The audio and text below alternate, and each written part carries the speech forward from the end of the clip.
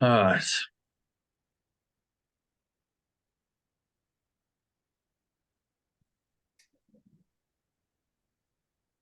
Just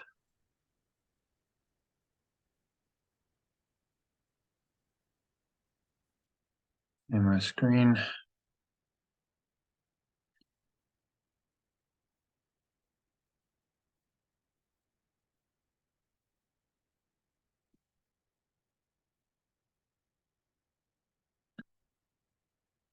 Okay. And you see the screen? Yeah. All right. Who wants to read the I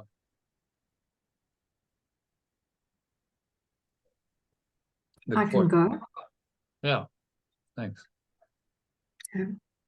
Grace is the natural state of every extension of perfect love.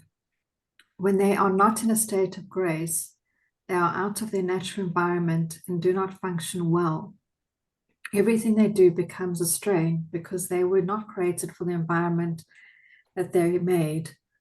They therefore cannot adapt to it, nor can they adapt to it them to, nor can they adapt it to it themselves. There is no point in trying.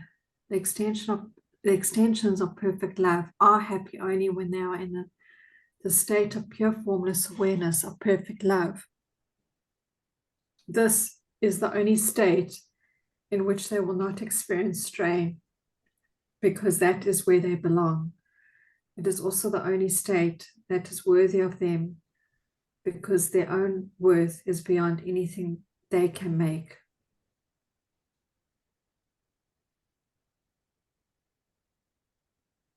Okay. So today's quote, adapted from section 11 of chapter 7 of the text, states the case for grace very well. Yeshua says clearly that we're not designed to be in this world,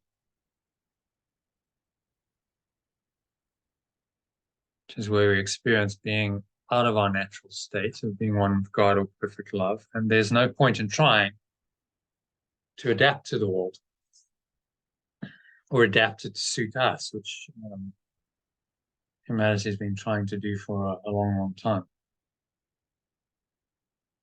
Both common approaches to that the ego or the belief in separation uses to justify its existence and the world it was created. So he's pointing us to a transcendent state of mind, which we know that we are one with God.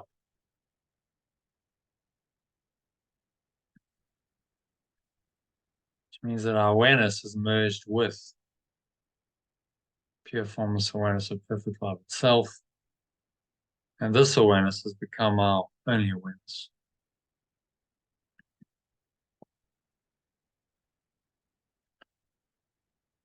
This is what it means to be one with God and in a state of grace, which is also called revelation, heaven, and knowledge. In the Course of Miracles, it's been called samadhi. In the Vedic tradition, nirvana in the Buddhist spiritual traditions, to name just two of the Eastern spiritual traditions that have described this state. So it goes by different names.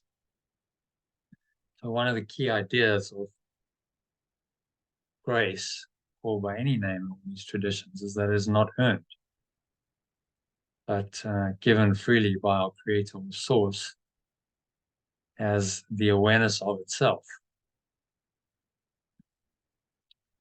which is our original and most fundamental awareness that we have never really lost. So all we have to do is to experience grace is to accept it. So you might ask, well, how exactly do I do this? So this lofty state may seem very far away from your so-called normal state of mind as you operate in the world.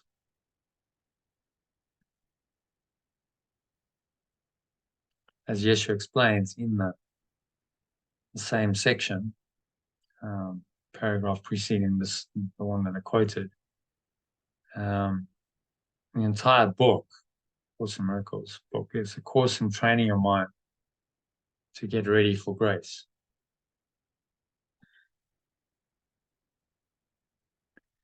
By demonstrating to yourself there is no order of difficulty in miracles.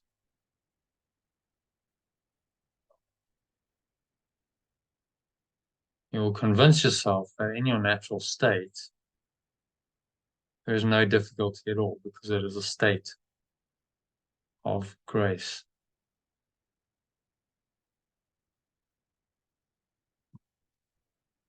What this means is that while grace cannot be earned because it's our true nature and awareness, we can remove blocks to the awareness of love's presence, as Yeshua puts in the introduction to the text, which are negative thoughts and emotions. So we can let go of these to hasten its coming and trust that it will come. We have let go of or forgiven all of these blocks.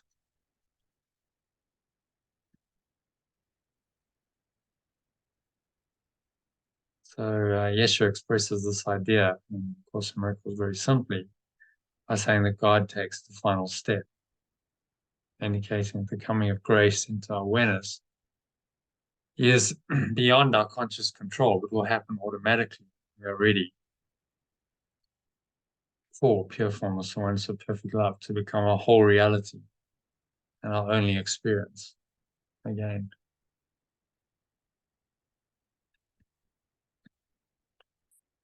This removes the huge potential burden to our minds of trying to be perfect to earn the state of grace by allowing us to focus instead on what we can more easily do, which is to let go of our own negative thoughts and emotions in any situation. So with that pressure off, we can relax, let go of any negative thoughts and emotions when we notice them arising in our minds, and live predominantly in a state of flow, which is really the precursor in this world to a state of grace in heaven, which remember is just a state of pure formless awareness.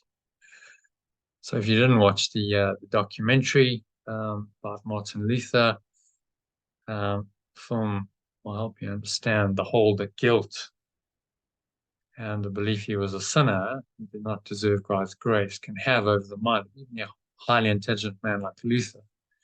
How he's coming to some understanding of grace that certainly wasn't quite at the same level as today's quote, still freed him and millions of others over the last 500 years through his inspired sharing of the insight he received from his mystical experience. So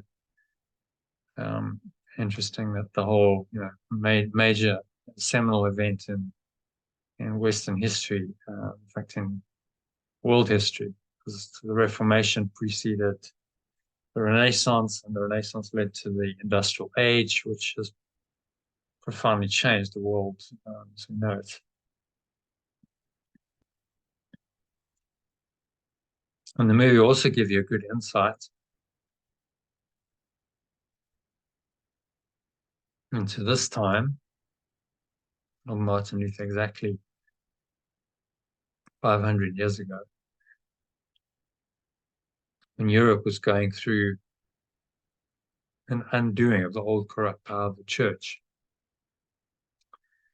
and had governed it through ignorance and fear in the Middle Ages. The role Luther played in this revolution, striking parallels with the situation in today's world, and the opportunity for radical personal and societal transformation the current situation gives to those with courage to take it on. So yeah, any comments or questions about that, about the film?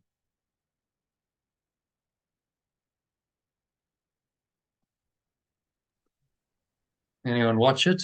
Yes, I watched it, and it's very, very well done in showing his character and how intelligent he was. He was studying to be a lawyer in the beginning, being pushed by his parents, and then that rebel spirit kicked in, and he started questioning everything, and he developed a following. It was quite interesting to see, and was in the 1500s that he lived and did his big turnaround.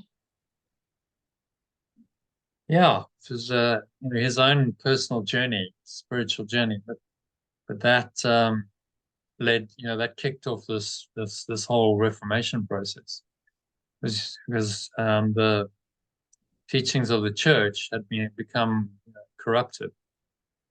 They were selling things called indulgences, which for money apparently you could buy your way into heaven. And not just your way, you could do it for your friends and relatives, for dead people.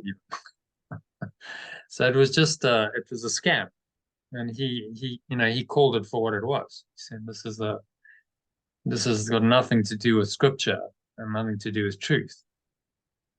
In the Bible it says not by works but by grace we're saved. So it's in the scripture, and he was right. They couldn't, it's in the Bible. And so, it kicked off a process of reformation. The church, the whole Protestant revolution. So Protestant churches are always saying, this isn't correct. Their Catholic theology isn't correct. And that process, has led to the evolution of the industrial age, and now here we are. So if he hadn't had his mystic experience, maybe we wouldn't be talking today. Who knows?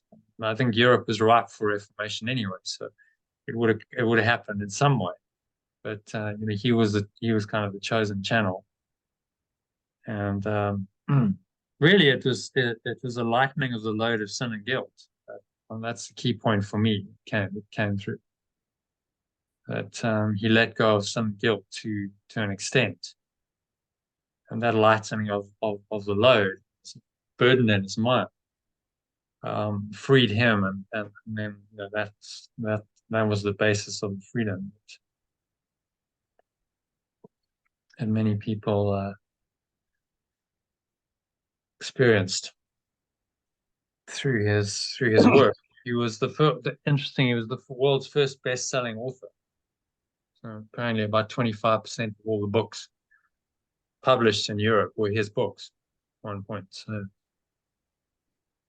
Yes, and it shows the early printing press and how he wrote his books originally in calligraphy, and how very different format it was to what printing is today. But also talk about the striking parallels with today's situation in the world. It became very evident that people were using the scriptures to make money, and the greed that went along with selling those conscriptions or whatever they were. Indulgences, yeah. Indulgences, and how they're almost trying to lead people astray, lead them away from the scriptures. And he saw how unethical it all was. And it's the same that's happening today. Yeah, it's like the old system had got so heavy and dark and corrupt that it needed it needed to be challenged and changed. I mean, in some ways that's the case with our current system, which evolved out of the Renaissance, out of the Reformation of the Renaissance. The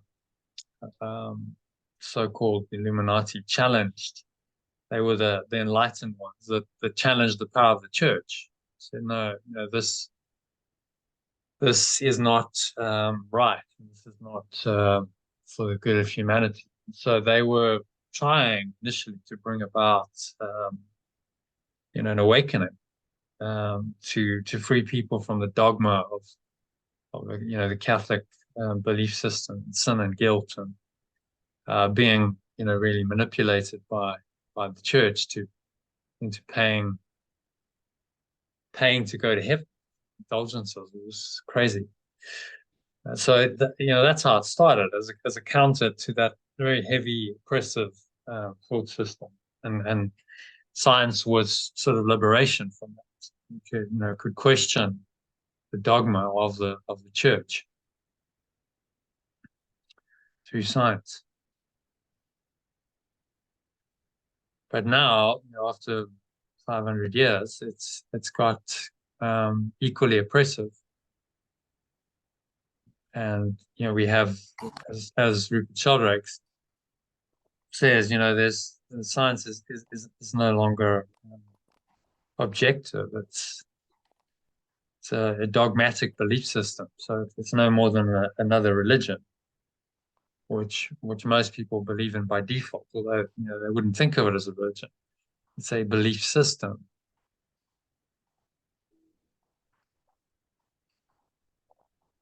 And that belief system is, it's past its sell-by date. It's it needs to be questioned and challenged and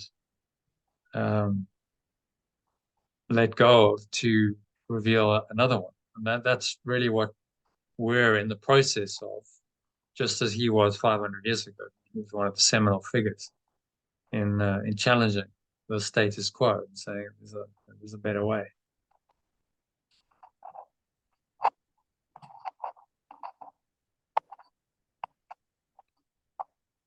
So we all have that opportunity, which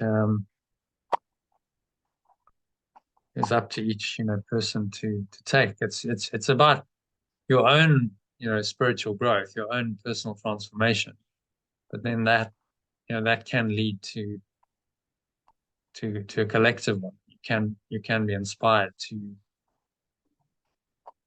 say and do things that are helpful in the awakening process, as Martin Luther was. And I think for me, the second thing that stood out was courage. You have to have a lot of courage to take on the existing system and stand his ground and say, this is what I believe. And they tried to force him to recant. Say, well, on pain of death, you will recant. So he had to, deny his life's work to save his life, but he couldn't. And he said, no, I will not, if it means I have to die, then so be it. So huge courage to really stand for his convictions.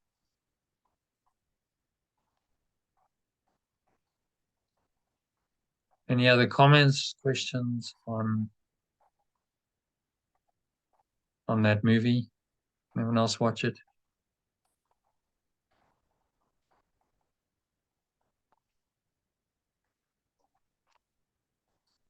No? Okay, so brings us to today's session and our lesson, which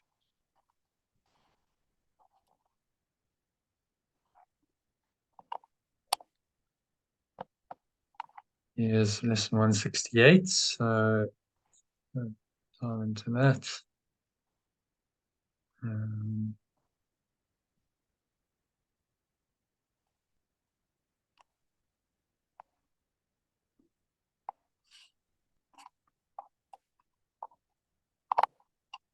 Okay, so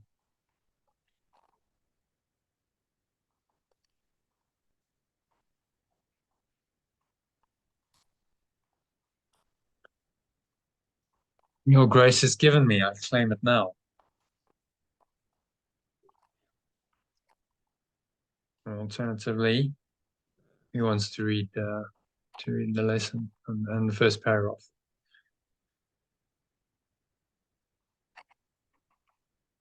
I will, since I've got my mic switched off. Okay. Perfect love's grace is given to me. I claim it now.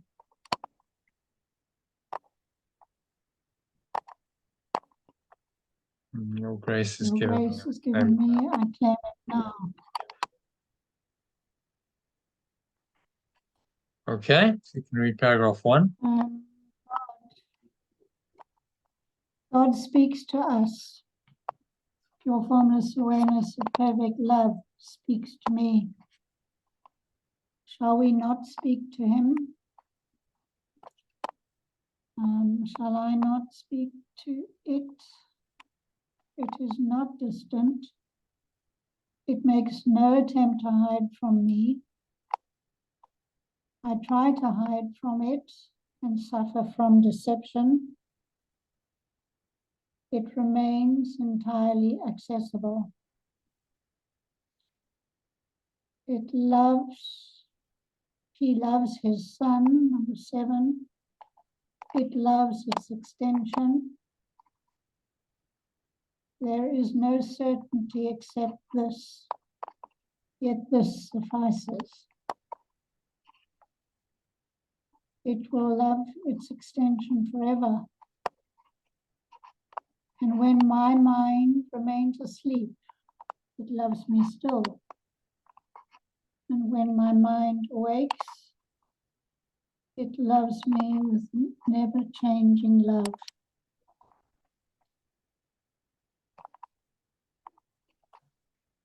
So what it's saying is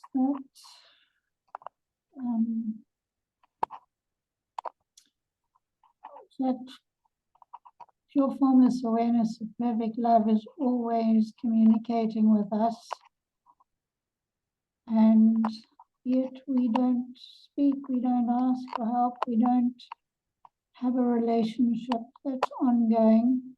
We try to hide from it. And even though I'm not available, I remain asleep, it still loves me. When my mind awakes, it loves me. So it's unconditional love of a sort, of a kind we never get from the world around us. It's almost like we feel we don't deserve it.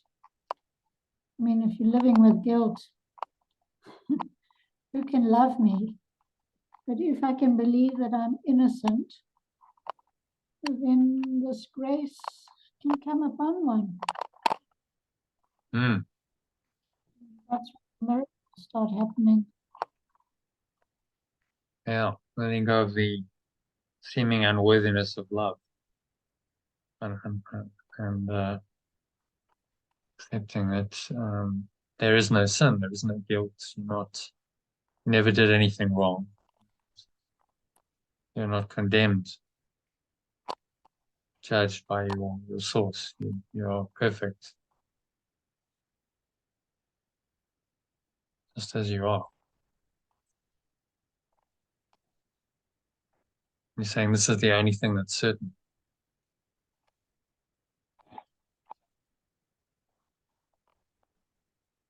Very comforting words. Loves me still. Doesn't matter what I think I've done. It doesn't matter, because pure formless oneness of perfect love remains as it is, as it always has been.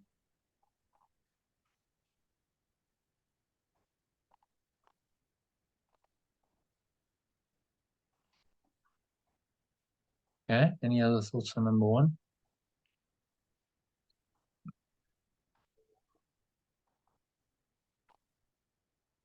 No, not from me. Go to number 2.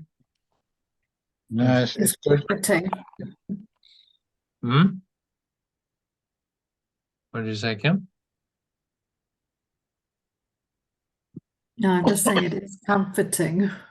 Yeah. Yeah. It's comforting. Very, It's very like, much. Very comforting. So it doesn't matter what we think we've done. Grace is always there, and we are saved by it. This is Martin Luther's key insight. So by grace, we're saved. It doesn't matter what you do. You can't earn salvation. You can't earn awakening. It's something that's given to you. Just your own realization. Journey involves. There's only a journey because you have to wake up to it slowly.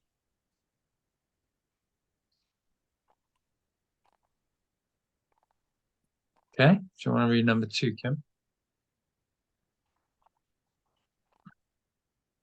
Yeah. Be in the alternative. It's quite not much to translate there.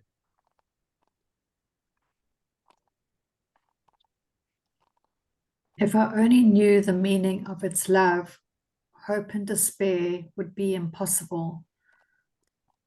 For hope would be forever satisfied and despair of any kind unthinkable. Its grace is its answer to all despair, for in it lies the remembrance of perfect love. Would it not gladly give the means by which its awareness is recognized? Its grace is mine by my acknowledgement, and memory of it arises in my awareness because I ask it for the means whereby I awaken from my sleep.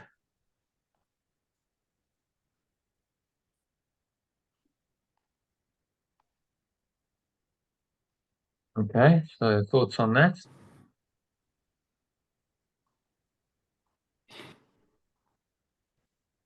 It's saying we don't need to even have hope because it's there. And despair it's not even an option. Hmm. It's the answer to what we think is despair. So if we feel like there's despair and we're looking for hope from it, it's just a willingness. It's a willingness to allow and accept the grace. Would it not gladly give the means by which its awareness is recognized?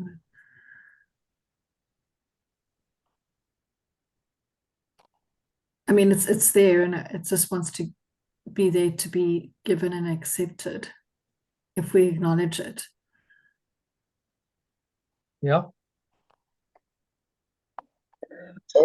So is there a difference between grace and love?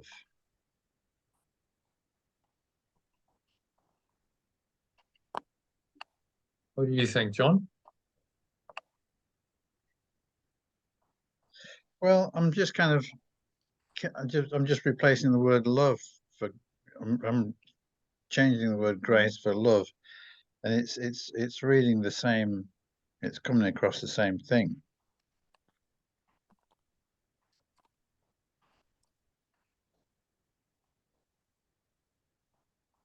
Yeah. It's pure formless awareness of perfect love.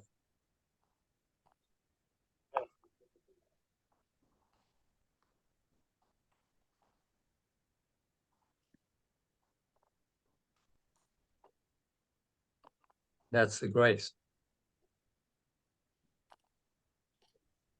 Mm. Yes, only love heals, and equally, grace just comes upon one. It's quite a miraculous feeling, much like love.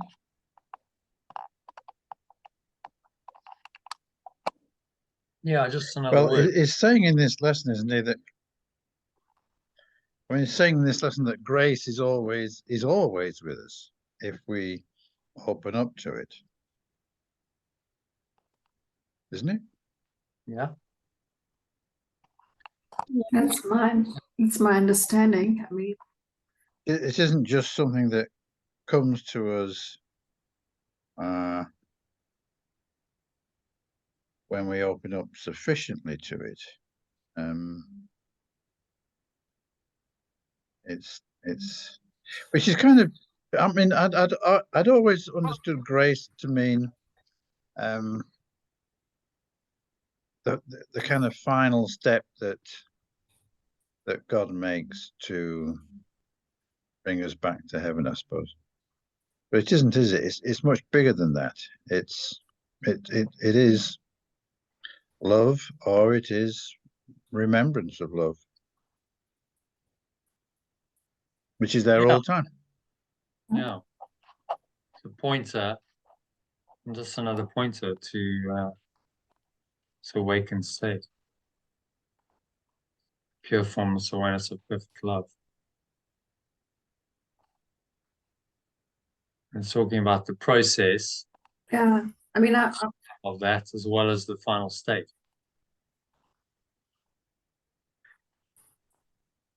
Kim, what did you say? I mean, I'm also thinking about what John's asking, because it is I mean, what you're saying, John, it's a means to end and the end state. And I think in terms of language and words being pointers, it's another word, but it seems to be the same. But it's like describing the process, although it's one word. It's difficult to, if one says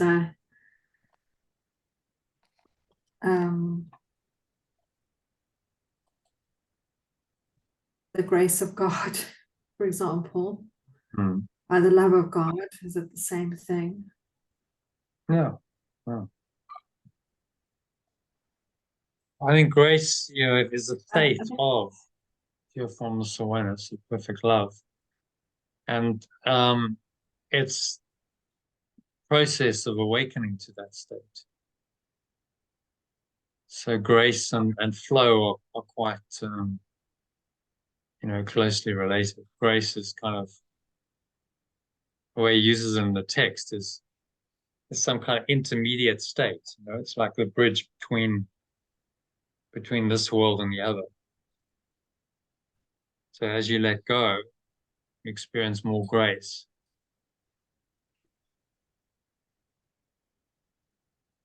And this is part of the process of awakening to the ultimate truth, which is the state of pure formless awareness of perfect love, which is heaven, which you could also call a state of grace.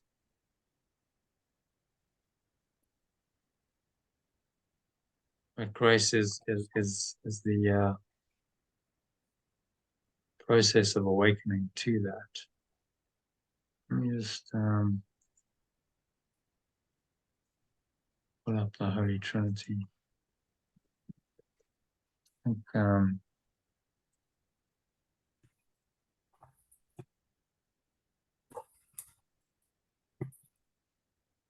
you see, I actually put it here. In the same way as, adornment, enlightenment, awakening are both the process of it, and they can also be used to describe the end result, the end state. Same with adornment. Adornment, enlightenment, awakening, grace are part of a process, but they also become the end state when you finally awaken. So they're the means and the end of salvation, awaken.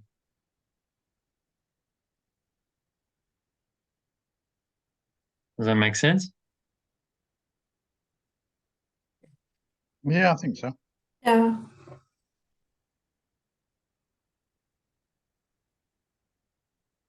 Right. Okay. John, so you happy with that question? Yeah. It puts a new light on the definition of grace for me. Yeah.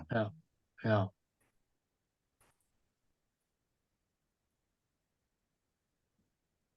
Good. Okay, so moving on to number 3. Do you want to read that one, John? Today we ask God the gift he has most carefully preserved within our hearts, waiting to be acknowledged. Today I ask perfect love for the gift it has most carefully preserved within my heart, waiting to be acknowledged. This, the gift by which God leans to us and lifts us up. This, the gift by which God leans to us and lifts us up, taking salvation's final step himself. This is the gift by which pure formless awareness, perfect love, takes the final step of awakening by reaching to me and lifting me up to itself. All steps but this we learn, instructed by his voice. Instructed by its voice, I learn all steps except this one. But finally he comes himself and takes us in his arms and sweeps away the cobwebs of our sleep. But finally it comes itself, embraces me and sweeps away the cobwebs of my sleep. His gift of grace is more than just an answer. Its gift of grace is more than just an answer. It restores all memories the sleeping mind forgot, all certainty of what love's meaning is. It restores all memories my sleeping mind forgot, and all certainty of what love's meaning is. So he is kind of going back to this idea here of grace being the final step that God brings, that God gives to us in that final upliftment.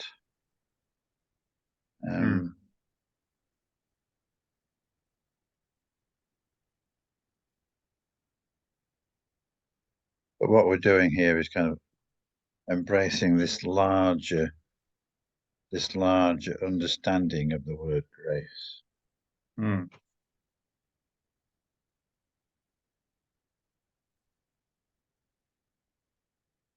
Yeah, by the grace of God. So this awareness will come to us when we're ready. So we learn everything except this one final step. God takes the final step, which is again very comforting. It's like how would you finally get into heaven? Seem like a bridge too far, but saying, well, prepare yourself, and then God will take the final step. In other words, pure formless awareness of perfect love will just merge with your awareness and kind of draw you into its awareness.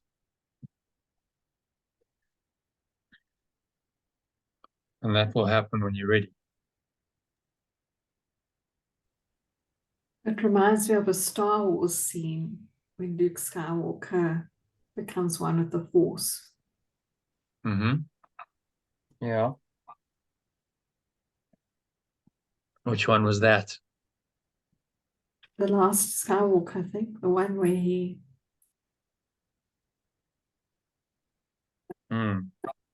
Where he just body transcends. disappears. He Yeah. disappears. Yeah, so that's ascension. Just disappear into the leave the physical body behind. There's a lot of truth in those movies showing being demonstrated.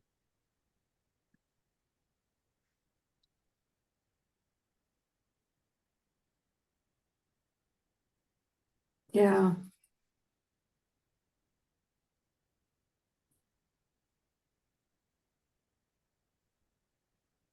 And then his journey along the way, previous movies. If you remember the first one, which was A New Hope. It was the first Star Wars movie ever made. Right at the end, he's got to go and shoot, manually get a missile into the Death Star. Remember Yeah. that? Or was it the last? Yeah, it was the first one. A New Hope.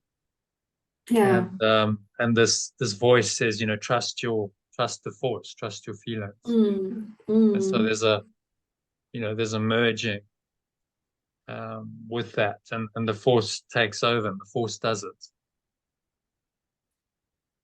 because they're saying it's impossible to do that. No one can do it.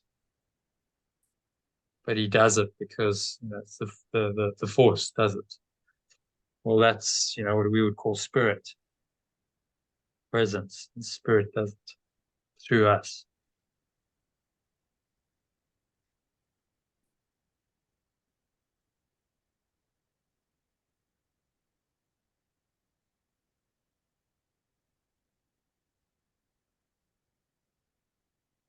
And so that was part of his awakening. And then, eventually when he's ready, he just, and that was many years later, he just merges and becomes one with it. Let's go of the physical body.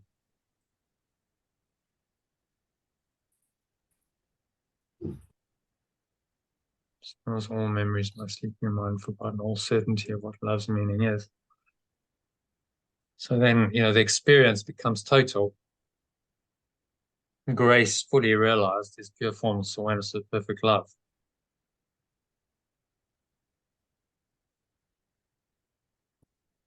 And you just rest in that state eternally.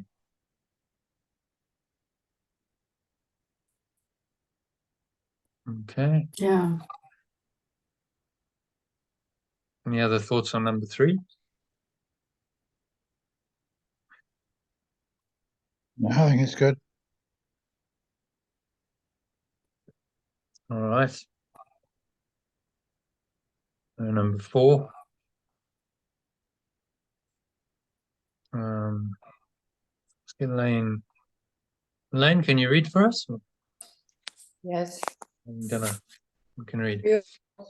Pure formless awareness of love, its extent. I have it now to give the meaning by which the world will disappear, and vision will come first to me, knowledge following only a moment later.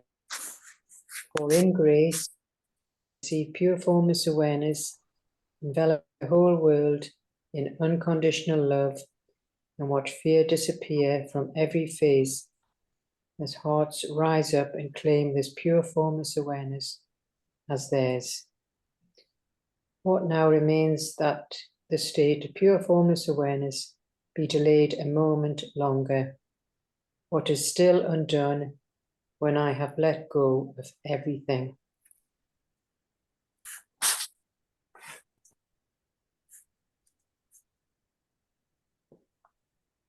Okay. Thoughts on that? What's he saying there? Well, if we let go of everything, then this wonderful pure formless awareness of perfect love will envelop us with unconditional love, fear disappearing, our hearts rising up. It's just a no-brainer, really. Mm. And we can do it now. We don't have to wait a moment longer. No point delaying it. Mm. Yeah, so grace is the present state. One of the key points of the lesson. It's a present state you can enter. You can find the state any time in the holy instant, as he called it, the holy aware moment.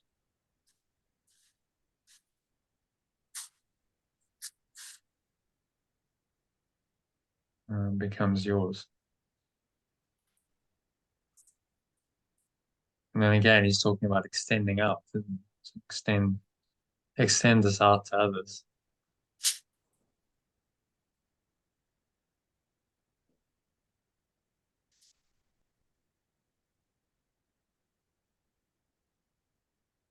Okay, any other thoughts on number 4? No, that's very clear.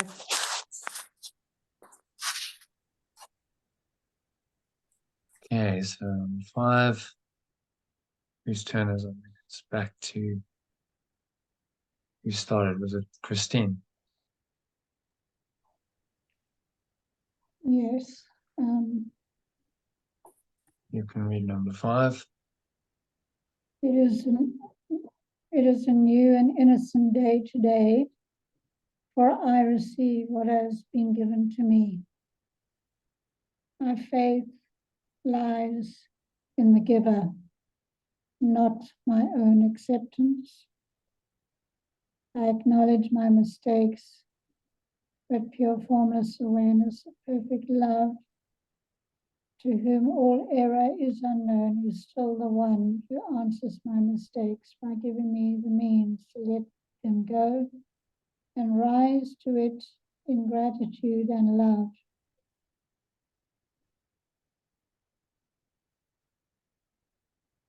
Yeah, what's he saying here? Yeah. It's about recognizing my innocence and acknowledging my mistakes, so doing the corrections, and living in gratitude and love, so that pure formless awareness of perfect love can be there for me, that I can access pure formless awareness of perfect love. Yeah.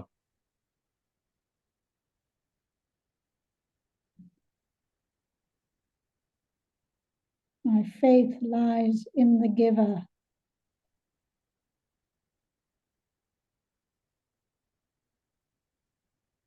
Which is, what does he mean by the giver? Pure formless awareness of perfect love. Hmm.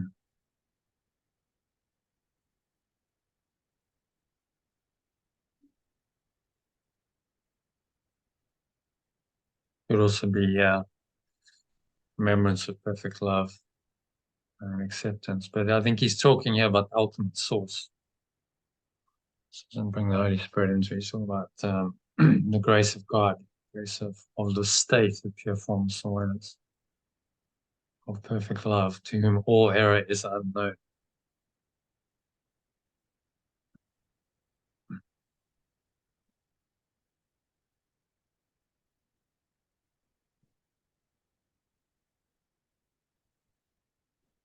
Yeah, it's just a matter of doing it and living in the miracle rather than in the control of the unreal world.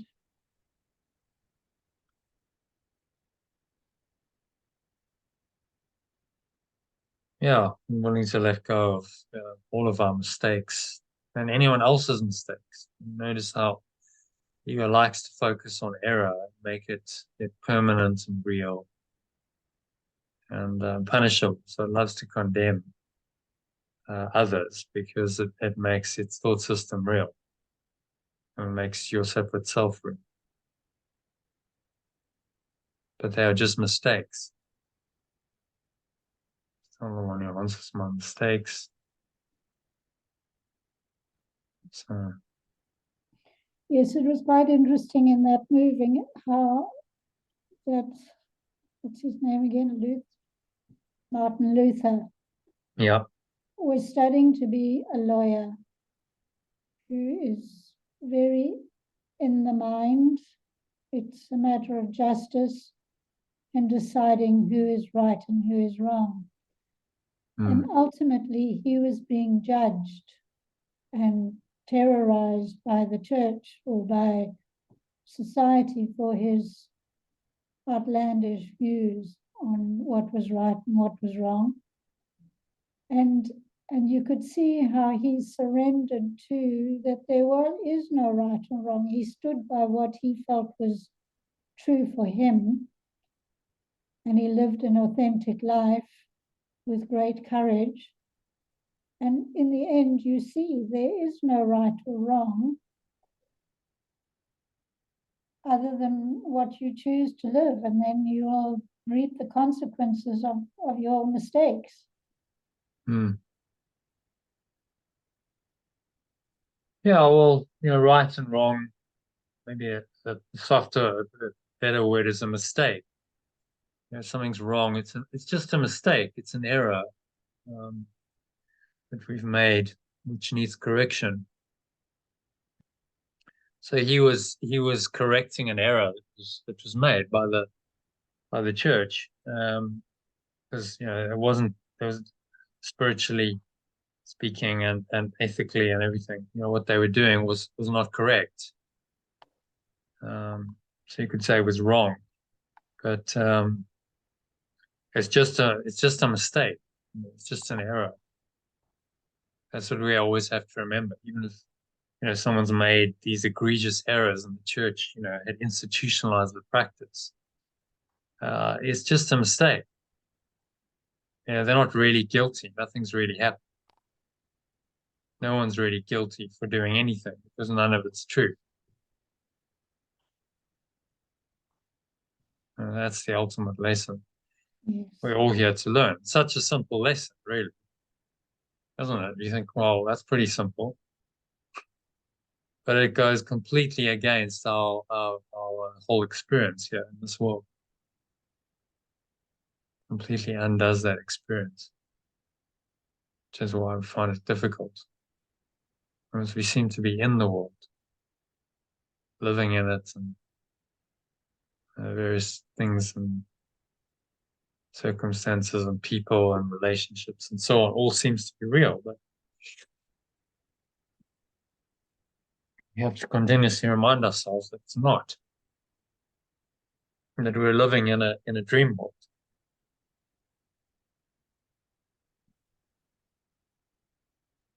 And by the grace of God, we can, correct all of our errors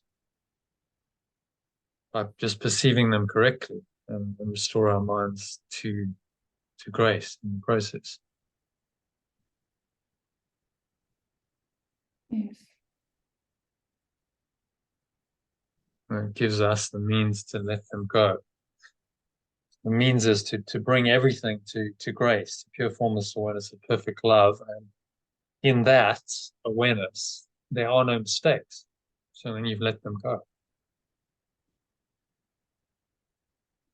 Whereas the church of that period was people in the Catholic Church were confessing to their sins to another human being. Yeah, and that's still a practice. It goes Yes. on. Yes, and it's Confess sins. And what it does is make the sin real. That ritual is an attempt to try and expiate sin, to mitigate the effects of sin. But it makes sin and guilt very real.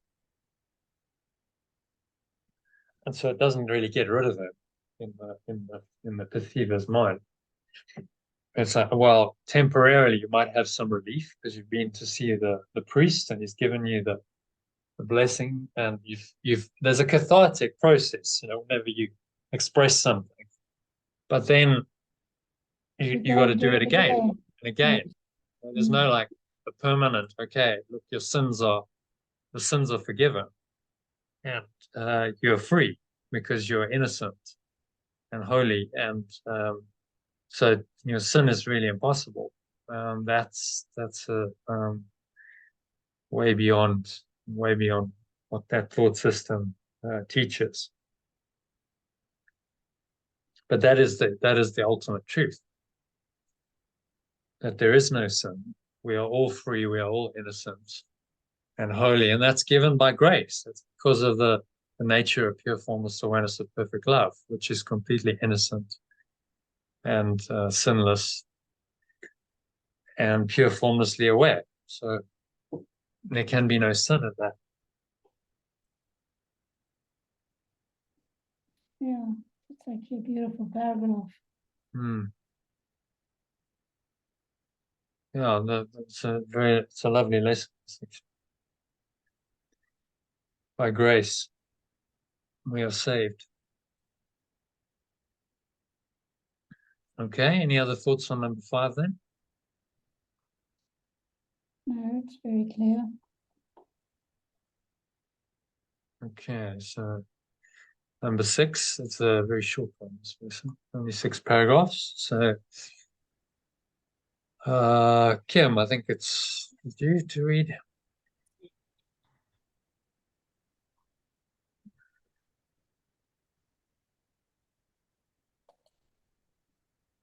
Okay, so I'll start with the alternative. Mm-hmm.